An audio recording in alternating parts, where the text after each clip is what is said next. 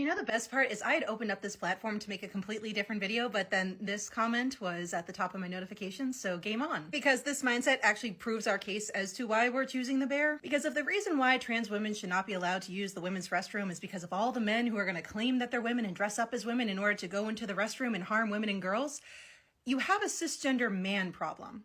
Not a trans woman problem. That is how dangerous men as a collective are. Because I want to note, we don't have this conversation about trans men. And never mind the part where a trans woman is more likely to be the victim of assault than the perpetrator of it. We live in a society where men as a collective are champing at the bit to harm women at every corner. Anyone else remember that study they did where they polled men in their 20s and asked if you knew for certain that you would never get caught, would you essay a woman? And 80% said they would. The tantruming over trans women just, being able to live their life, to me is a symptom of how everybody deep down understands how dangerous men as a collective are. These men who are telling us that we're hysterical for choosing the bear are the exact same men who are coming up with this scenario where all these men are donning dresses in order to go into the restroom and harm women. But let's just use the logic that I've been seeing in my comments real quick. I mean, come on, hashtag not all men in dresses. What, you're gonna be scared because a man in a dress is in the bathroom? Well, victim mindset. If you're so scared of men in dresses entering the women's restroom, why don't you just stay home? And hopefully people are understanding my sarcasm in those last statements. So one more time for the folks at home, if you're in your feelings over the idea of trans women getting to use the women's restroom because of all these men who are supposedly going to don a dress so they can more easily hurt women and children,